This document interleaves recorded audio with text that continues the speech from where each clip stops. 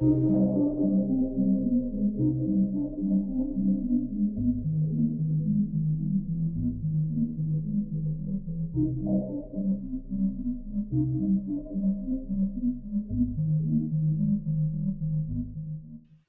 ghosties.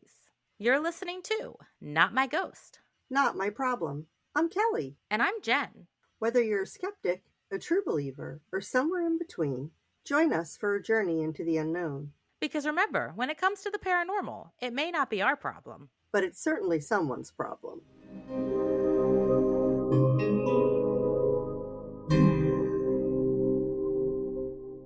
Happy birthday, Kelly! Thank you. Belated birthday, because we forgot to mention last week. That's okay. Yeah, it's fine. Yeah. Your birthday was the 25th, and today is the 30th. So Yes. we're just like a week late, but it's fine. Just a little bit. It's no big deal. Yeah, no worries. Everyone go wish Kelly a happy birthday on social media. Yep. What did I do for my birthday? I don't know. We're not sure. We're not sure what I did for my birthday yet. No. I still have to send you your gift. I have part of it, but I want to get something else that I have in mind. I just haven't been able to pick which one I want. And then I need to mail it to you. Okay. Yeah. Sounds good. So hopefully that'll happen prior to your actual birthday. One year, my friend Michelle got me a Christmas present. And I got it in August of the following year. She finally mailed it. Sounds like something I would do. Yeah. Welcome to our scripted, unscripted banter.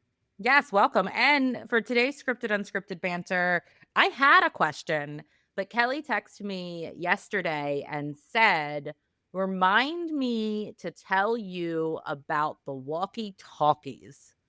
I got rid of my question, and this is me reminding you to tell me about the walkie-talkies. Right. Jen does not know this. This is not something I've told her before. I say before the episode. Yeah. So this will be the first time Jen is hearing this too. And then I'm just going to tell you some weird things that I've been saying lately. Okay. And we'll get into that a little bit in a second. I work at a place, seriously, no nonsense allowed at all. Yeah. Not at all. It is an important place that does very important things. And shenanigans, not allowed. Not allowed. Which is why she gets all of our shenanigans out on the podcast. I do. At work, my team that I'm on, we have walkie-talkies that we use to communicate with each other.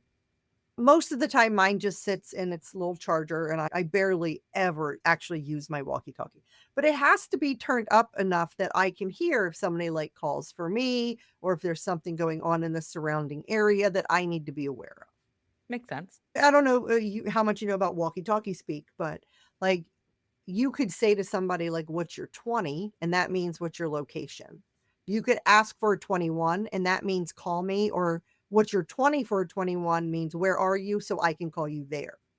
Okay. So they have things very short. So there's not a lot of, words aren't coming out of my face right now. They don't want you even saying necessarily even full sentences. If I were to get on, call someone and say, could you give me a call at this building? The supervisors would immediately get on the walkie and say, get off the walkie. You have to ask for a 21 at the building. Okay. That's it. There's no nonsense at all. So the other day, a couple weeks ago, I had a person that works in the building tell me that the building that I work in is haunted. Yes, you did tell me that. Yeah, he said, you'll notice weird things happen here and there. And I was like, oh, that's interesting. I have a paranormal podcast. It'd just be interesting to experience.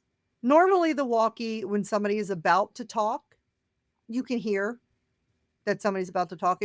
Sound changes a little bit. Yeah. But it's distinct every time the sound changes, the same sound.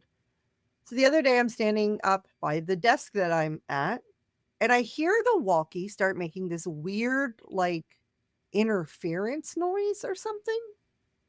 I don't know how to explain it. It was staticky, I guess. Yeah. Where it's not something you usually hear on the walkie, not interference necessarily. And it gets staticky, and I turn my head and I look at it because I'm like, That's weird. That never does that. And then I hear through the walkie in this voice, I am your hell. What? And I stopped, and then I didn't know there was somebody standing behind me.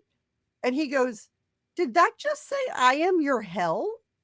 And I was like, "Oh my God, I'm so glad you heard that." Right? And here's the thing. None of the supervisors, nobody came on and said, "Well, I don't know who that was. Inappropriate. Get off the walkie." Yeah. Nothing. Nothing at all. And I'm like, So "That's interesting." did it not play on other walkies? Did it just play on yours? I don't know. I don't know. And I didn't necessarily want to ask anybody. I don't want to think I was nuts. But there was a guy there and he did hear it. That's good. I'm glad you weren't the only one because I Yeah, might think you were a little nuts. me too. So that's interesting. Now, Yeah. this is just fun things we can laugh at Kelly. Okay. I like laughing at Kelly. Yes, It's one of my favorite hobbies. it's a good time. Yeah. I have to say certain phrases at work that I say probably 300-400 times a day. Sometimes I need to look into things, physically look like into a container or something. One of the things that I started saying when I needed to look in things is, can I take a quick peek, like in whatever the thing is? Yeah. And I say it on repeat all day, right? I say it a lot, like 300-400 times a day. But now, instead of saying, can I take a quick peek? What comes out of my mouth is, can I take a quick pick? And like, it took me a lot to make sure I said it right in this story. Like, I have to Yeah. be very conscious of how I'm saying it because now every time it comes out, a quick pick. Good job. Right. I would change maybe what you say so you don't mess it up anymore. I'm going to have to. Yeah. Can I have a look? Mhm. Can I have a look? Another thing that I say when somebody says, "Hello, how are you?" I will say, "I'm above ground and breathing, so I can't complain." Right? And I say that a lot. And now instead of saying I'm above ground and breathing, my mouth says I'm above ground and bleeding. And then they look at me with concern. Where are you bleeding? Should you be here right now if you're Bleeding? bleeding? And I'm like, breathing, sorry. So now I have to find a new thing to say for that. Maybe you're just making a bunch of men uncomfortable because they think you're telling them that you're on your period. Maybe. Because the men do seem a lot more bothered than the women when Yeah, I yeah. say it. Why is this woman telling me that she's menstruating? I'm so uncomfortable. Ew. I'm all for it. Let's make men uncomfortable. Sure. So those are my work shenanigans and my walkie-talkie experience that I'm interested to see if something like that happens again. It was the Yeah, weirdest thing. yeah. The fact that nobody came on and said anything. I know walkie-talkies are also very sensitive. There could be a lot of interference and different things, but Well, here's the thing. Where I work, yeah, that's what I was just gonna say. that interference is eliminated from outside sources. Yes, And it's I would very important that it is. yeah, but I mean, there could still be stuff that interferes. It's just probably a lot less. I was shocked that it doesn't make sense if it was interference how it just came through mine though, because we're all on the Yeah, same channel. That's the yeah, that thing. is weird. That is Yeah. weird. Okay. So that's my stories. Jen, what are we talking about today? Today, we are diving in to one of the most infamous mysteries in American history. You've probably heard the chilling rhyme. Lizzie Borden took an axe and gave her mother 40 whacks. When she saw what she had done, she gave her father 41. But beyond the rhyme lies a story of family tension, secrets, and a crime that shocked a nation. In this episode, we'll unravel the family's troubled history, the brutal murders, the trial that captivated a small town, and the haunted legacy that still lingers in the house today. So grab your hatchet, metaphorically speaking, and prepare to slice through the layers of this dark and twisted tale, because the mystery of Lizzie Borden is far from solved. That's interesting because this is gonna be a good episode because I don't know much about Lizzie Borden. Oh, okay. I Yeah, know. it sounds like something I would probably, as a paranormal Yeah, enthusiast, know a lot about, but I you don't. should. Yeah. Yeah. Well, I'm about to learn. Lizzie Borden kind of it's like true crime slash paranormal, so it kinda goes Okay. into that, and as a big true crime fan, I know a lot about Lizzie Borden, Mhm. but yeah, I wanna go to the house too, and they Yeah, do we'll and add we'll it to talk the list. yeah, we will, we'll add it to the Yeah. list. But before we get started, we do have facts. So our facts today are about Massachusetts, where the Lizzie Borden house is located. Okay. So, did you know that the chocolate chip cookie was invented in Massachusetts at the Toll House Inn? I did not, but it makes sense why it's Toll House Yeah, chocolate chips. Yeah. it does. I had no idea. Back in the 1930s, Ruth Wakefield, who owned the Toll House Inn in Whitman, Massachusetts, was baking cookies for her guest when she decided to add chunks of Nestle semi sweet chocolate into her buttered cookie dough. She expected the chocolate to melt and spread, but instead it held its shape and gave the cookies gooey little pockets of chocolate. Her accidental invention became so popular that Nestle struck a deal with her. They'd print her recipe on the packaging in exchange for a lifetime supply of chocolate. That's a good deal. Oh, It's still on there today. I know. I want a lifetime supply of chocolate. I'd rather have cash though, really, and then I could buy my own chocolate, like a That's true. lifetime supply of cash. Right. Well, it depends how much cash. Right. Our next fact is the first telephone call that was ever made happened in Boston in 1876. I did know that. I did not. Alexander Graham Bell made history from his lab when he spoke the now famous words into his new invention. Mr. Watson, come here. I want to see you. His assistant, Thomas Watson, heard the words clearly from the next room. And just like that, the world changed forever. Yep. And now we carry them around in our pockets and we can't get Yeah, our faces out of them. basically. I wonder what Bell would have thought about that.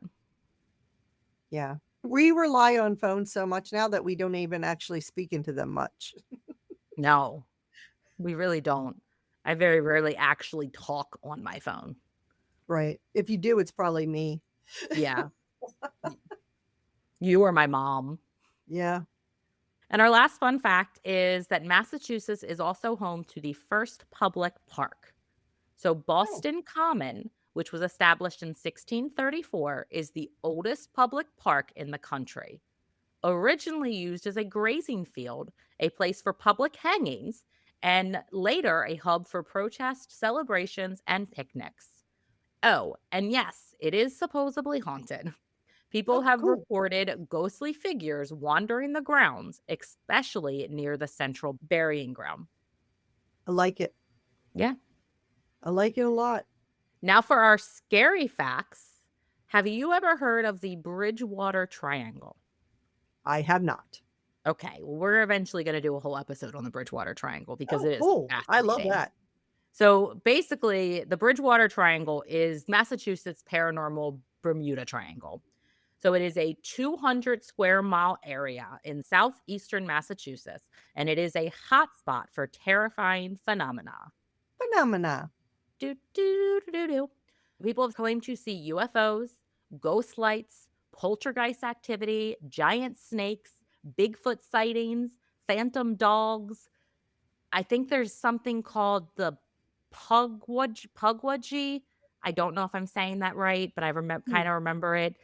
Not deer, I think, are seen in the Bridgewater Triangle. Did you say not deer? I did. What is that? It's not deer.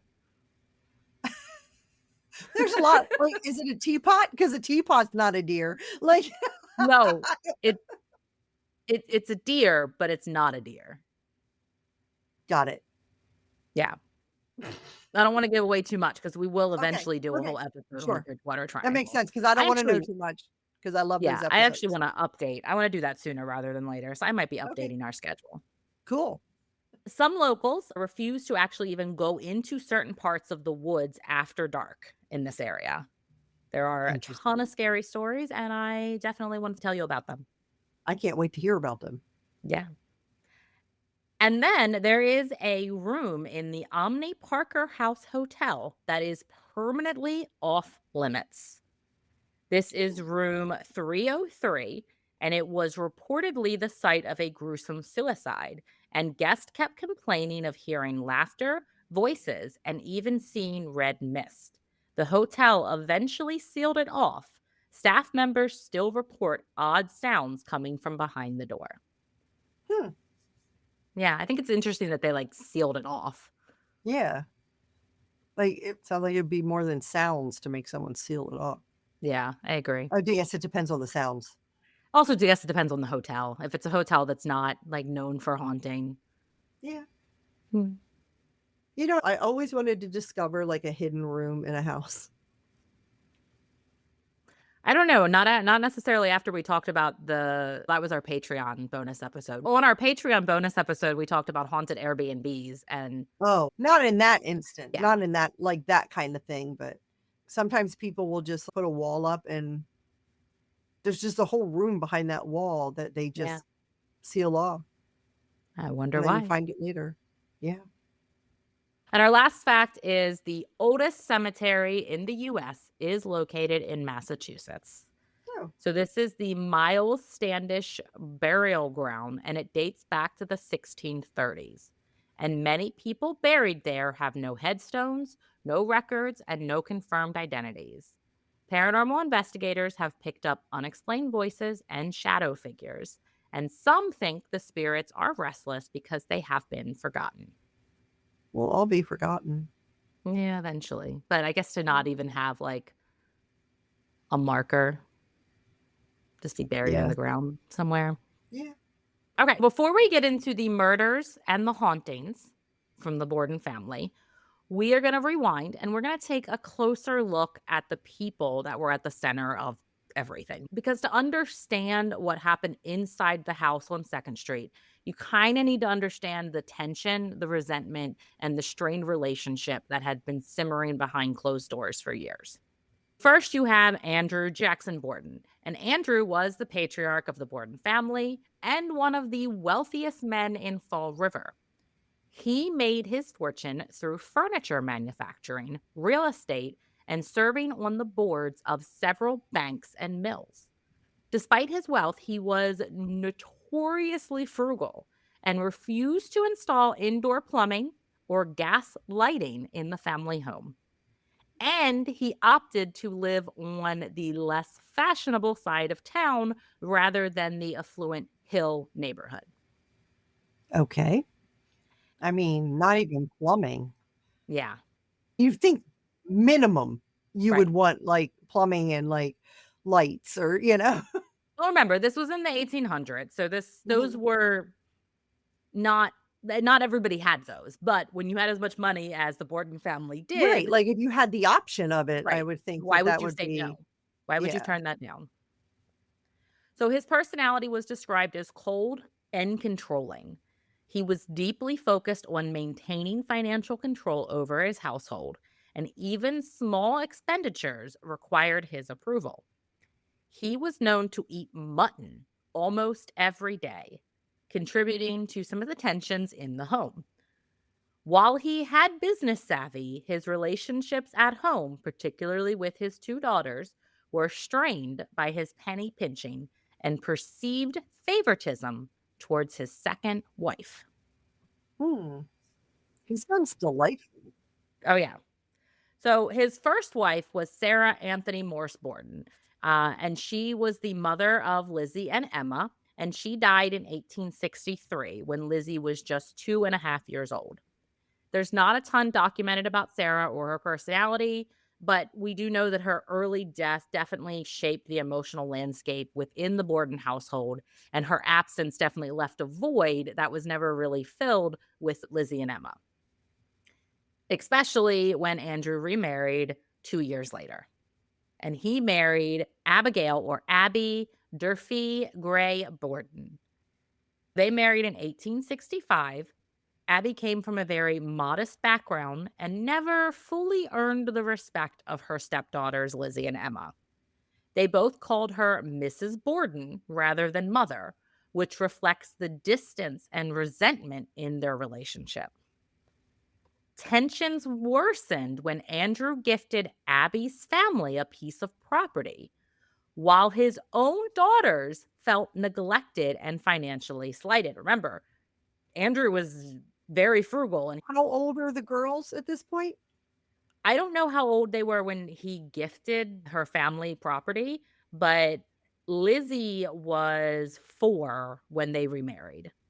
Like you said, they don't even have plumbing in their house, and then Yeah, he's gifting property to exactly. yeah, that's really shitty, Yeah, literally. yeah. Lizzie in particular was upset by this more so than her sister because she did believe that Abby only married her father for money and didn't believe that she deserved any of the benefits. Many reports suggested that Lizzie and Abby frequently argued and barely spoke in the weeks leading up to the murders. Interesting. Mhm. Then there is Emma Borden. Emma was the eldest daughter and 9 years older than Lizzie. After their mother's death, she became a very maternal figure to Lizzie and kind of helped manage the household.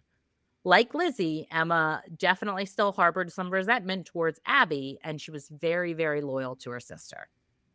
Emma was reportedly quieter and more reserved than Lizzie, but just as emotionally affected by the family dynamics. She stood by Lizzie during the investigation and the trial, but the sisters did eventually have a falling out in 1905 and they never spoke again. Then we have Lizzie Andrew Borden. Lizzie was the youngest member of the household and definitely the most famous. Born into wealth and raised under the strict and frugal conditions of her father, Lizzie was very active in her local church, was involved in a lot of charity work, and was part of several women's societies. Outwardly, she was seen as respectful and dutiful because, that's all that matters in a woman. Right. Respectful and dutiful. Behind closed doors, however, Lizzie was reportedly moody, defiant, and growing increasingly frustrated with her father's stinginess and Abby's just general presence. Her relationship with her father was complex. They were close, but it was also marked by a lot of control and discipline. She was particularly enraged by the transfer of the property to Abby's relatives, like I said before, and she definitely felt financially overlooked and emotionally displaced from her home. Okay. After her arrest and eventual acquittal, because spoiler, if you didn't know that, she was acquitted, Mhm. Lizzie used her inheritance to purchase a large home called Maplecroft in a more prestigious part of Fall River. Despite her freedom, she remained a social outcast. Local children taunted her, former friends distanced themselves, and she eventually died in 1927, alone and mostly estranged from the community she once tried to be a part of. Okay. And then, not a member of the Borden family, but I do kind of just want to talk a little bit about Alice Russell because she was a close friend of Lizzie. And she was one of the few people that Lizzie turned to in the days after the murders. She was considered a spinster, which was a common term at the time for an unmarried woman. She was a local school teacher and someone who stayed at the Borden home in the days after the murders to help provide some comfort and support. Alice was initially loyal. However, her loyalty would shift when she ultimately testified against Lizzie at the trial, which added a whole nother layer to the drama. And we'll talk about why she testified against Lizzie. And Lizzie never forgave her. And Alice's testimony definitely helped shape the public's perception of the case. That's just I don't know. I didn't know any of this. Yeah. I don't know. All you knew is that Lizzie gave her mother 40 whacks, which I she didn't even I mean, didn't actually. I guess there's the Lizzie Borden house. But for the longest time, I didn't even know it was like a real thing that happened. Oh, really? And for a long time, I thought it was just like some horror rhyme that people would say, kinda like from, like, the Nightmare on Elm Street, the little, like, "1, 2, Freddy's Yeah. coming for you," kinda thing like that, and then I was like, "Oh, no, this is real. This is real. This This is happened." this happened. Yeah. Okay, so I'm gonna set the scene. Okay. It is the morning of August 4th, 1892, and it is a sweltering summer day in Fall River, Massachusetts. It's the kind of heat that clings to your skin and makes tempers shorter, especially in a house already boiling over with resentment. Inside, the living situation is tight. The house is divided into two sections, one for Andrew and Abby, the other for Lizzie and Emma. And even though they share the same roof, they live like strangers. Doors are locked, words are few, and interactions are tense. Emma is away visiting friends, and the maid, Bridget, is doing her best to stay invisible while recovering from a headache. No one in the house is feeling their best. Just a few days before, the entire household had been struck with what seemed like food poisoning. It was believed that if it was food poisoning, it was likely from the days old mutton that Andrew insisted that they continue to eat because, Mhm. he didn't have enough money to buy new food, apparently. Abby had even gone to the doctor, convinced that someone was trying to poison them. Hmm. So, whether it was just spoiled meat or something a little bit more sinister, it's still debated, but it does add another layer of unease to an already strained home. There are no servants on duty that day besides Bridget, and Emma was out, as I said, was out of town, and Andrew was heading out to run errands. It should have been a quiet, unremarkable morning, but instead, it would become one of the most gruesome murders in American history. Mm. So around 9 a.m., Abby Borden was upstairs in the guest bedroom. According to Bridget, who remember is the maid, Abby had gone up to make the bed for a relative who had visited the night before. At some point while she was tidying the room, she was attacked, struck repeatedly in the head and neck with what investigators believe to be a hatchet. Her body was later found face down between the bed and the wall. It's been said that she was hit at least 18 times, so not quite 40. Not sure where that rhyme came from. 18 seems like enough. We could have just left it at that, but Right. and they said it was There were had so 1,000 firemen. Everything's better exaggerated. so I'm Well, laughing because the question and then now I'm not gonna be able to ask you because it's just too funny, I have to tell you. The question I had in today's episode huh? was if someone offered you $5,000,000 to say something to make me laugh, what would you say? There's a And 1,000 one of my firemen. responses was there were like 1,000 firefighters. Yeah, that's exactly what I would say. Yeah. My other one was fuck shoes. Fuck shoes. Yeah. Fuck shoes. Fuck shoes. So, yeah. So I just hilarious that you said that even though I didn't ask the question. Okay, it was said that Abby was hit with so much force that her skull was crushed and the handle of the weapon reportedly broke during the attack. And yet, somehow, no one heard a thing. That's interesting. At this time, Lizzie claimed to have been downstairs either ironing handkerchiefs or looking for fishing sinkers in the barn. Her story did shift several times in the hours and the days after the murders, which, obviously added some suspicion.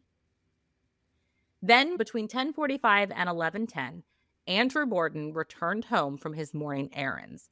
Lizzie greeted him at the door and helped him remove his boots. Remember that for later. Okay. And this is Lizzie telling the police, the investigators afterwards, what happened. Okay. Lizzie said she helped him settle into the sitting room where he laid down on the couch to rest. She then claimed that she went to the barn for about 20 minutes. Remember, this was a blistering summer day, Right. incredibly hot and uncomfortable. So 20 minutes outside in an enclosed barn seems a little unrealistic, but maybe. She then said she returned around 11:10, and she said that that's when she found her father dead. His face bludgeoned beyond recognition. He had been struck 10 or 11 times, mostly on the left side of his face. Which I do think it's funny that obviously the rhyme says that she gave her mother 40 whacks and then gave her father 41, and the It's mother actually less. actually had more. Yeah, Yeah, but, it's a nursery rhyme. Well, I guess not really a nursery rhyme, it's a rhyme. right. A nursery rhyme. Can you Yeah. imagine, like, singing that to your child to sleep at night? Yeah, I don't see the problem. This is I why don't I see don't the have problem with that kids. at all, yeah. Then around 11:15, Lizzie called for Bridget, shouting that her father had been killed. Bridget had been resting in her attic room after being ordered earlier to wash windows in this blazing heat. And that's when she said she felt like she got this headache. And she came down and she found Lizzie standing at the foot of the stairs, pale and seemingly in shock. But what happened in those 2 hours between Abby's murder and Andrew's? Why didn't anybody find Abby sooner? Because at this point, they didn't even know Abby was murdered. Well, Right. I guess maybe Lizzie did if you think she did it, but why didn't they find her sooner? And how could 2 people be brutally murdered in the same house hours apart with no screams, no thuds, and not one drop of blood on Lizzie? Doesn't sound like she did it. Well, we'll get into it. So the strange timing and the very carefully controlled chaos would become the foundation of one of the most hotly debated criminal investigations in American history. And for many, the timeline didn't just raise questions, it screamed that someone from inside the house had something to hide. So after all of this, the police were called and the investigation happened. So authorities arrived at the Borden home, and the thing that stood out the most to them, one, that the crime was completely brutal, right? And two, that Lizzie was just really calm and relaxed in this whole thing. She just didn't seem like she was upset or scared or worried, or it just seemed way too calm. And the investigators said it seemed very rehearsed rather than shocked like you would if you just found out your father, had been bludgeoned to death by a hatchet. Her story about where she was in the morning kept changing. And she didn't, like I said, show any signs of any type of grief or panic. Now, I do just want to point out everybody reacts differently to grief. Right. Because you can be in shock Exactly. and appear to be fine, and it's just hasn't because, like, even that when my dad died, I knew my dad was dying. You knew Yeah. I knew my dad was dying because you were there. What you actually walked in the door right after I got the phone call that he had passed away. Yeah, I And did. even though I knew he was dying and they told me that he was dead, it still takes a while for what those we all think, oh, we're adults. We know what dead means. Dead means you're gone forever. But the weight of it when it happens, it takes a while. Your brain doesn't know how to process. Yeah, The absolutely. brain doesn't know how to process forever. Like, you can't think of forever because we live in such a finite time that when thinking that my dad was gone forever, my brain couldn't quite process it for a while. Yeah. Yeah. And again, everybody is going to react differently to those different situations. Right. So I feel like it raises suspicion when you think of the case as a whole. But if that was the only suspicious behavior, then I would say, it's not enough. Right. So there were other oddities. Like I said, Lizzie's story kept changing. She at one point claimed that she had been in the barn eating a pear, which I just thought was a really weird detail. I was eating a pear. Then she said she was ironing. She mentioned something about looking for those fishing sinkers, and her version just shifted, and that definitely raised some red flags. She also told investigators that she was menstruating that day. Funny that we talked about that earlier, Right. which was an explanation that she gave for why she may have had to change her clothes or why there were bloodied cloths in her bedroom. Okay. Now, Victorian era investigators were generally uncomfortable and unwilling to question a woman further about such matters, and they reportedly let it go. Some say that they even skipped searching her more thoroughly because of it. Kind of brilliant of her if she did it, to be honest with you. Right? That's what I was thinking. Like, if she actually did it and then came up with that excuse, brilliant. Right, because there's no DNA testing at this time. I don't even know if they No. knew what blood types were at this time. You know what I mean? I remember when I was in middle school, if I ever didn't want to participate in gym, I just told my male gym teacher that I was on my period, and he was like, "Ah, go sit down," because he didn't want to hear about it. Unfortunately, our gym teacher was a woman, and she was Yeah, like, "Tough shit." yeah. That only worked for me in 6th grade when I had the male gym teacher. Then I had Yeah, female gym teachers, and they didn't care. yeah, But you could use. I don't even think like I probably used it multiple times a month. He wasn't paying attention. He right, heard period and was like, "I don't wanna hear about it. That's gross." 'Cause, men. yeah. And then there was more. And I'm just gonna summarize these quickly, but we'll dig into them a little bit deeper when we talk about the trial.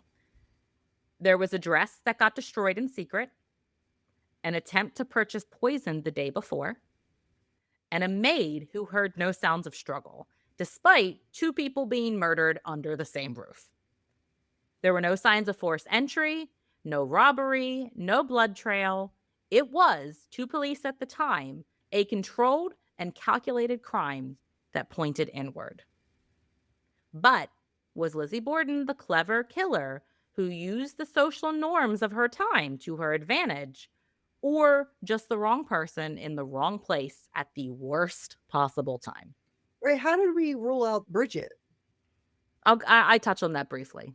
Okay, because there's another person in the house. Yeah, very briefly. I'll address it a little bit more, but they never really built a case against her.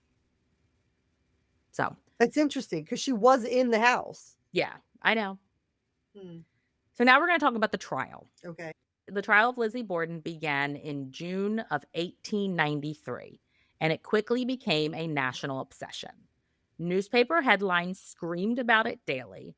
Sketch artists captured every dramatic glance, and public opinion split the two camps. Those who believed Lizzie was a cold blooded killer, and those who saw her as a poor, respectable woman wrongly accused. The courtroom was packed with reporters, townspeople, and curious onlookers. Lizzie, dressed in black and clutching a fan, sat composed and flanked by her defense team. Her appearance, prim, church going, and proper, was used to sway the jury. Could a woman like that really hack her father and stepmother to death? But the prosecution was not here to talk about appearances, so they laid out the case against her. Here is the major evidence against Lizzie. Okay. One, you had the inconsistent alibis. Lizzie gave multiple conflicting statements about her whereabouts at the time of each murder. She said she was ironing, looking for sinkers in the barn, eating a pear. Her story just changed a bunch, and police found that really suspicious. So, my argument against that is trauma. Well, right, but also, if you're talking about a span of 2 hours, I could iron Yeah. things, eat a pear, and go do something in the barn in a span of 2 hours. Yeah. Like, it just sounds like a busy day of getting shit done, too. Absolutely. And when you're just doing small things in your house like that, who remembers the order? Right, or the exact each small thing that you did. Well, then Right. I And remember, changed the toilet paper roll, and then yeah, I you know this was the 1800s. It's not like they wore wristwatch. They weren't like 100% sure of the time at every exact moment. They didn't have a phone in their pocket. So it's Right, possible that she could have done all of these things. And again, in the trauma of it, of walking in and seeing her father bludgeoned to death with an axe, yeah, it's very possible that could have triggered her mind and her memory to not work as well. And as right, she's just, "Oh, yeah, I did that." And, "Oh, yeah, but then before that, I was doing this. Oh, wait, did I do that after that?" So I could just really easily see how that yeah, inconsistent story could have happened. I agree. Then there was just the fact that she had the opportunity to do it. She was home during both of the murders. The maid Bridget was outside or upstairs, and Emma was out of town. There wasn't any sign of forced entry. The killer had to be somebody that was already inside the house. Or maybe they just didn't lock their door. Right, I was thinking, just doesn't have to be forced entry. It could just be Right. somebody that walked in. It's the 1800s. So people really lock doors back then? Yeah, maybe Lizzie forgot to lock the door when she went out to the barn. Yeah. Then there is the burned dress.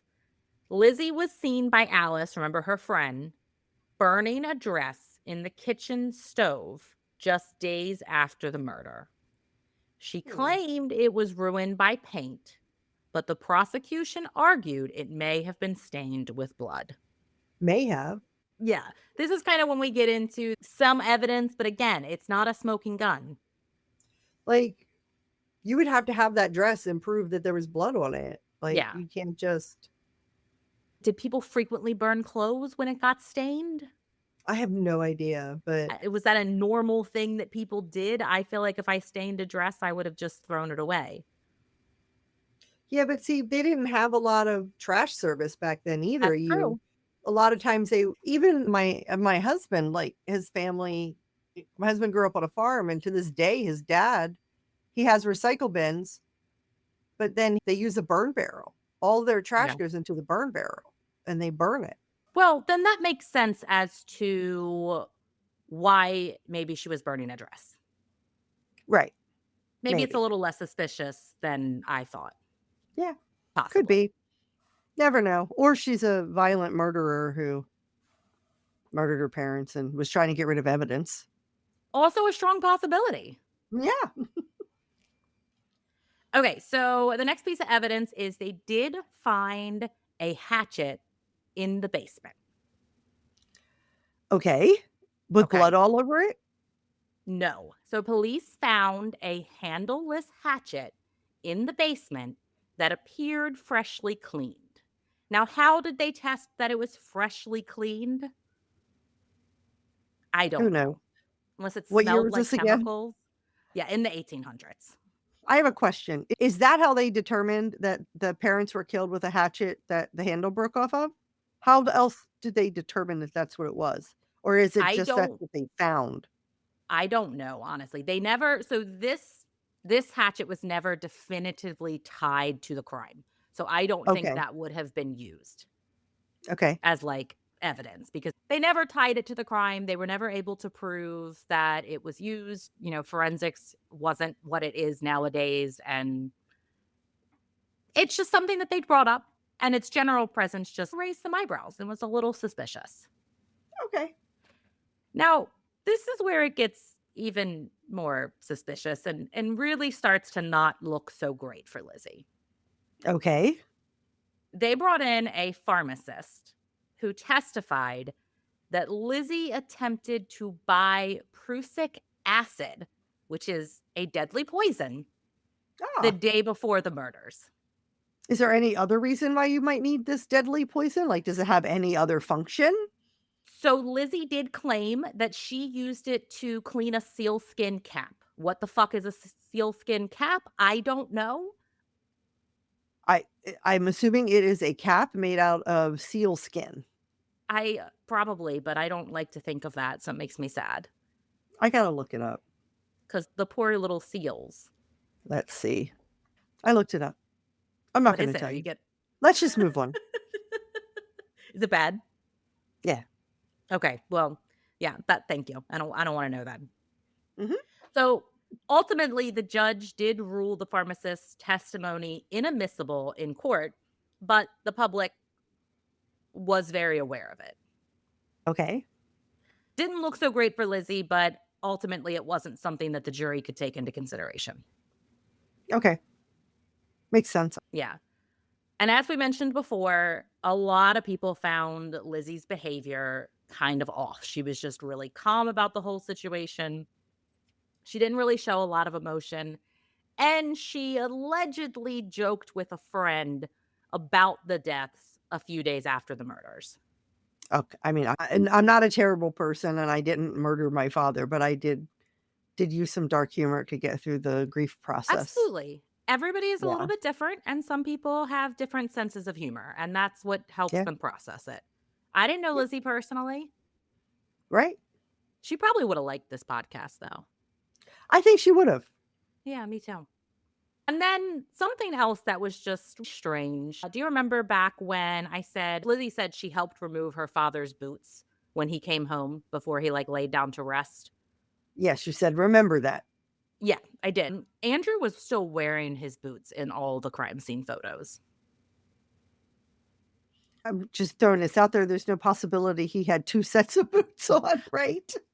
Maybe, maybe. So again, this is just a small detail and it just continued to kind of chip away at her credibility. I don't think any of this stuff by itself is like a smoking gun, but when you add it all together, it doesn't look great.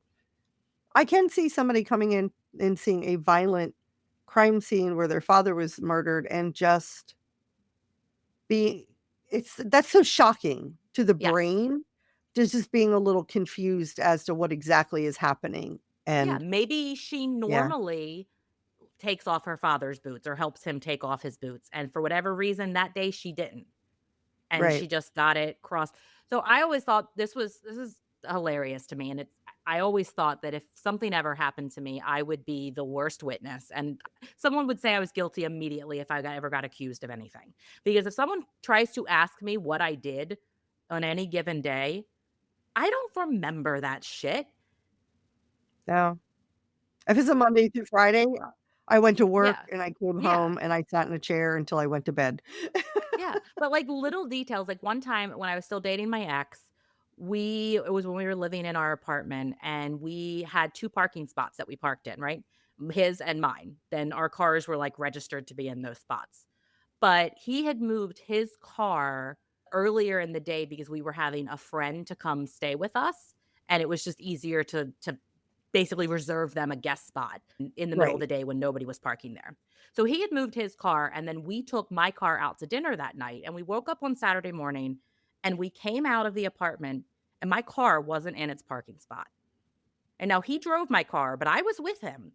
And we both like looked back and forth and we're trying to figure out we could not remember coming home last night, not specifically parking our car in that parking spot.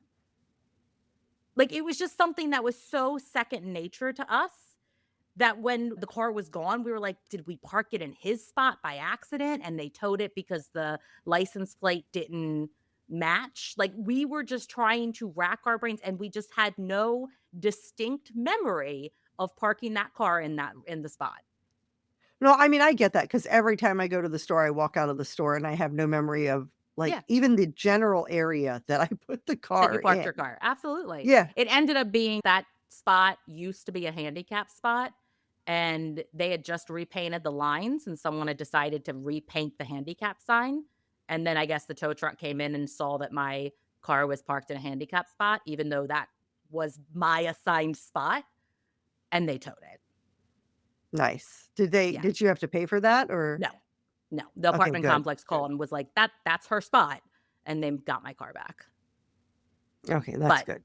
yeah, it was just that moment that made me think, like, we literally just had no recollection of that evening because it was just so mundane and normal to us that if Right, but something then you're thinking, happened.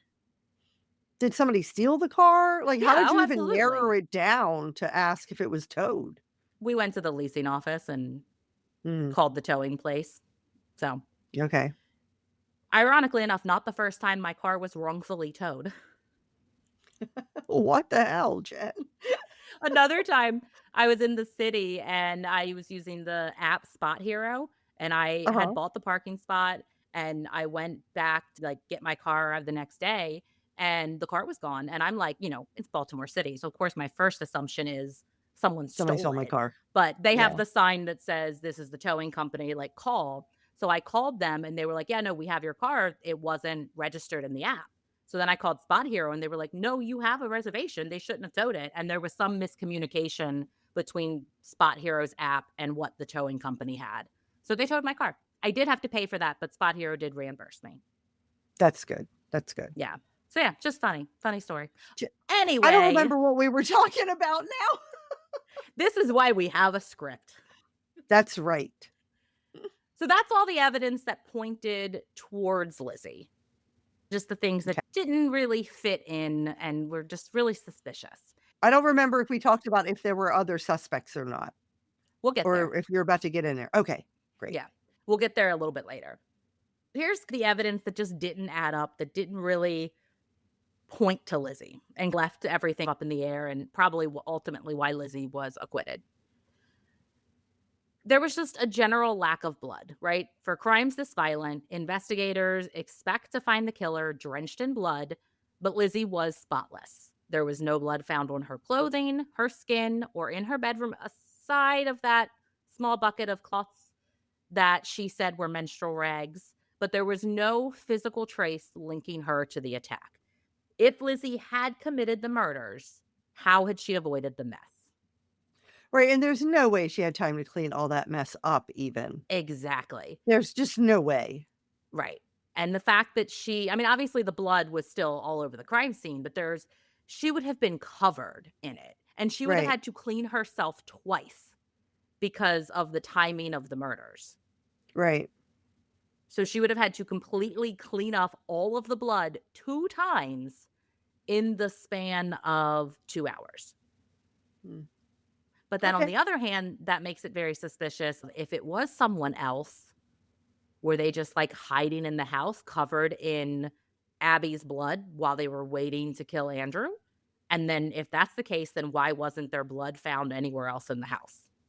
Right, So just right. it doesn't make sense. None of it fits. There was also no weapon tied to Lizzie. While they did find that hatchet, there was no proof that it was the murder weapon, and there were no fingerprints. We know forensic science was in its infancy, so they weren't able to really do a lot of testing to prove that it was the murder weapon. Okay. And then there was Bridget's testimony. So Bridget was the maid, and she testified that she didn't see or hear anything suspicious. Now, remember, she was upstairs in her third floor attic room when the father was killed and supposedly outside when the stepmother was killed. But she said she didn't hear anything suspicious and she didn't believe that Lizzie was acting out of the ordinary and she didn't witness anything incriminating. Now, as someone who spends a lot of time with Lizzie, she can speak to whether or not she's acting normal. Right. Like, listen, if one of my kids comes in the house, I can tell instantly if they're not quote unquote acting Exactly. normally. Yeah. Exactly. And then there was just the general Lizzie's status, right? At the time, Victorian ideals about women made it difficult for someone to believe that a lady could commit such violent acts. Her church going reputation and social standing worked in her favor. Okay. I mean, we Yeah, as women, we wouldn't violently murder them. We would just cast a spell. exactly. Or Yeah. poison them. I'm not a violent person. She did get poisoned, but they didn't die of a poisoning. You can't fake that. That's another thing. That Unless seems like such unless unless she somehow poisoned them first and then hit them with the hatchet, and that's why there was no, like, screaming or a scuffle that somebody else could hear. true, but why? Maybe after they were dead, she just felt like she needed to take a little bit of extra rage out? I don't know. Maybe. But I was gonna say that just seems like such a drastic jump. If the theory is that she was trying to buy the poison to kill her parents, and then she couldn't get a hold of the poison, so she then just decided to murder them with an axe. It just Yeah. it doesn't seem like the logical next step. I can't get No. poison, so let me bludgeon them to death with an axe. There are other poisons out there that were probably Absolutely. more readily available that she Yeah, could have used. absolutely. Yeah. And they really couldn't prove a motive, right? So the prosecution suggested that she was jealous and resentful and inheritance was an issue, but none of those motives were actually proven. Okay. So they have no idea who the hell killed these people. No. After a sensational 2-week trial, the jury deliberated for less than 2 hours. Oh, wow. Not guilty. I mean, I can see that. They don't have anything other than circumstantial evidence. They don't have anything Absolutely. concrete. Yeah. It is not beyond a reasonable doubt. So you must Yep. acquit. I mean, if frickin' OJ got acquitted, he had more solid evidence against him than Lizzie did. Yeah. Lizzie broke down in tears as the verdict was read. She was free to go, but never truly free. Public suspicion followed her for the rest of her life, and many believed that she got away with murder. I mean, something like that would follow you. Do you remember when Casey Anthony tried to come to TikTok? Do you know who Oh, Casey God. Anthony is? Of course I know who Casey Anthony is. Yeah. And she tried to, like, come to TikTok, make a comeback or something, and she was Mhm. talking about, I don't know, went on this rant about how it's unfair that people blah, blah, blah. It seemed to me like she absolutely did it, Oh, yeah, for sure. right? And people are like, "Well, she got off, so she's not guilty." I'm like, "No," because in court cases, it's not really guilty or innocent, it's proven or not proven. Exactly. That's what it is. So, I Exactly. wouldn't let her babysit my granddaughter. No. That's like I wouldn't let Michael Vick pet sit for me. Correct. I definitely there was a small moment when Trump was doing his cabinet picks that I Mhm. thought he was gonna select Casey Anthony as, like, Secretary of Education or something because she's about as qualified as the rest of his cabinet. I agree. Yeah. Yeah. Well, this didn't start off as a two-part episode when I started researching it, but it's a two-part episode because I still got a lot to talk Oh, about. I guess we have been recording for quite some time. Yeah, and we We have all the spooky stuff to get to yet. we have. I haven't even touched the spooky stuff yet. Yes. So next week we are going to talk about very quickly the aftermath of the trial and the rest of Lizzie's life. We will briefly touch on a couple of other suspects, but we'll learn more about that. None of them were ever really truly considered. And then as we all want, the only thing we all really want is the hauntings. Right. So I we don't will know. talk I think about people like the history of the stuff that's too. true. Like, I mean I love the history. right, same. So that brings us to the end of part 1 about the Borden family. If you love what you heard, please take a moment to rate, review, and subscribe to our podcast wherever you listen. Your support helps us reach more listeners and share even more spooky stories. And don't forget to follow us on Instagram at Not My Ghost Podcast and on Facebook at Not My Ghost, Not My Problem. And are you ready? Are you ready, Kelly? I'm ready. On TikTok at Not My Ghost What? Podcast because We we have a officially have a TikTok? TikTok. We do. We Awesome. do. There's not much on it, but go follow us anyway. It's new. Yeah, Yeah, it's we just started. We're gonna try to post some other fun things on there. Maybe we'll sure. see. We'll see.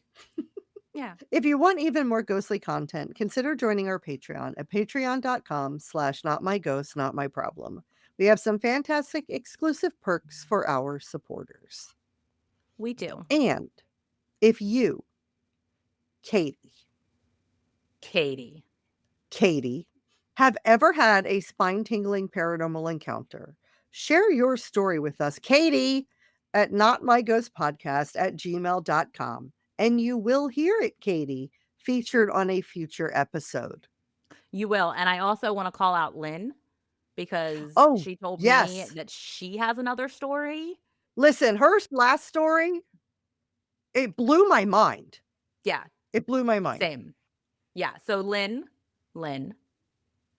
send us the second story because she told me that it's even scarier than the first. There's no fucking way. I don't know how it could be. That story was wild. Wild. Lynn, Lynn, come on, Lynn. Mhm. It's just Do me, it. you, and Jen here. Yeah, send Send us the us the story. story. Yeah. She just moved to Florida from California, Oh, so yay. I will get to see her more and bother her in person about it, so I will. Sounds great. Yeah. Thank you for joining us on this mysterious exploration of the Borden family and their haunted legacy. Remember, as you wander through the shadows of the house on 2nd Street, keep this in mind. If it's not your ex, It's not your problem. Until next time, stay spooky. And stay skeptical.